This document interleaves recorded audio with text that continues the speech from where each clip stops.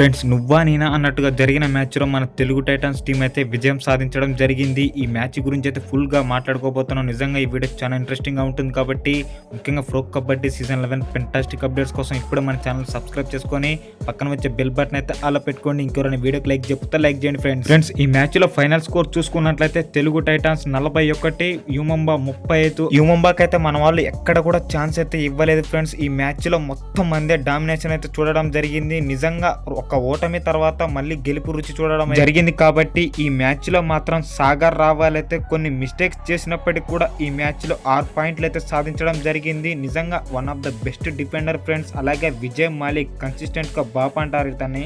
అలాగే ఆశీష్ నర్వాల్ కూడా ఈ మ్యాచ్ లో ఇద్దరు సూపర్ 10 అయితే చేయడం జరిగింది. అంకిత్ జగ్లాల్ మరియు అజిత్ పవర్లు అయితే పర్వాలేదనిపించారు ఫ్రెండ్స్. ఈ మ్యాచ్ తో మనం అయితే మళ్ళీ టేబుల్ 2 లోకి అయితే దూసుకువెళ్ళడం అయితే జరిగింది ఫ్రెండ్స్. ఈసారి ఏమైనా మన తెలుగు టైటన్స్ టీం మాత్రం ఆట మారింది.